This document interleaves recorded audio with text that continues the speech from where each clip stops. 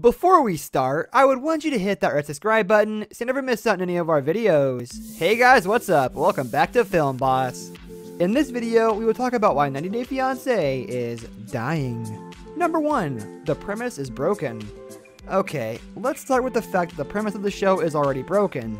The premise is based off a glorified story that anyone from any walks of life could date anyone, disregarding any borders and national background. Well, let's not forget that not everyone could get the so-called fiancé visa.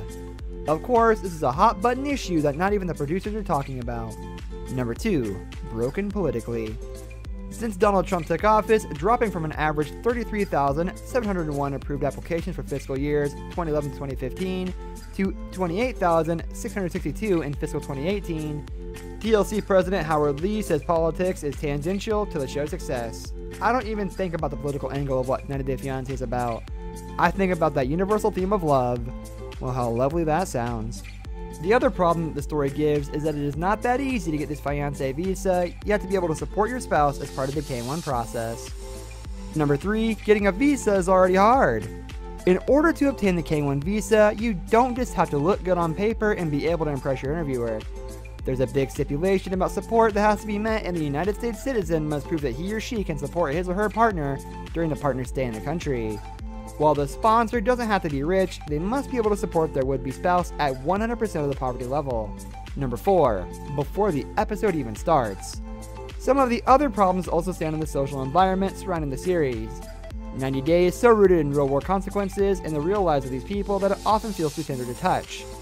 The politics of immigration and class and race and gender are so present in every episode, you sometimes have to watch through the cracks of your eyelids. Unlike most reality shows, which rely on artificial constructs or manufactured theatrics, the stakes here, marriage or potential deportation, are inherent and existentially huge. It's a social experiment show like Love Island or Survivor, but these couples run the experiment on themselves. Number 5, a broken system within one. A K1 visa, according to Lenny B. Benson, a professor at New York Law School and an expert in immigration, is popularly associated with marriage fraud. It is not true in the majority of cases. Each year, 30,000 to 40,000 people apply for the visa, and the vast majority are approved. The application process can take 6 to 8 months, longer under the current administration, and costs around $2,000. A couple has to stay married for 2 years before conditions on the foreign partner's green card are removed, and the American petitioner has to support his or her partner until a work permit is approved. Which is to say that if a K1 marriage is a scam, it's an involved, expensive, multi-year one. Number 6, social impacts. Phew, that is a doozy. The point is, the environment between how the reality of getting a K1 visa is very difficult than what it is shown in the series. It gives a sense of fakeness that lingers on all these series more than it should have been. Even the fans can feel it when watching the episodes. Number 7, fake relationships.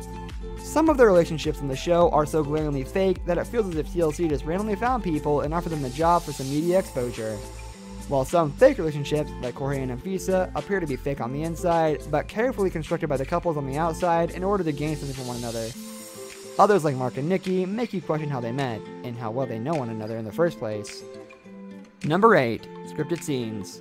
Of course, when relationships are faked, it means the scenes are also scripted. Remember when Chris and Annie asked for that Thai massage? The scene was scripted. It was so bad, in fact, that they had to do multiple takes to get the uncomfortable Chris to ask it without sounding weird, which is impossible given that it's already a weird request. It was perfectly acceptable for Chris to ask Annie, who would be living off Chris and Nikki while she and David attempted to get on their financial feet, to help around the house or with meals during their stay with the couple, but the massage comment was way too weird. Number 9, repeatable formula. For a show that's so dramatic with surprising reveals splattered throughout each series, it's often pretty dull. Each couple's challenges are repeated over and over again until we are sick of hearing about 401ks taken out for the show, or the same arguments a family member or friend is going to make on one episode after previously making it on another episode. Shows with a true build-up, like How to Get Away with Murder or This Is Us, don't have to repeat themselves over and over again to fill up the minutes before the big drop. Of course, they're also fully scripted and not reliant on unpredictable couples, so maybe we should give the show some slack during these moments. Number 10, too many spin-offs. For the final point before the end of the video, the series just has too many spin-offs. The point of a series is to have a concise and entertaining narrative. The problem is when there are too many spin-offs to follow, it's going to be less of a series, but just a bunch of hoops, a series that is broken at the core. To list a few that exist are 7 seasons of the original 90 Day Fiancé, 90 Day Fiance Happily Ever After, 90 Day Fiance Before the 90 Days, 90 Day Fiance What Now, 90 Day Fiance Pillow Talk, 90 Day Fiance The Other Way, The Film of Chantel, 90 Day Fiance Self-Quarantined, and finally, B90 Strikes Back. This brings us to the end of our video. I hope you enjoyed it. Hit a like if you did, and don't forget to subscribe to our channel so you don't miss out on any of our videos in the future. Also, watch the 2 videos that are on your screen because I'm sure you'll love them. With that, I'll see you in the next video.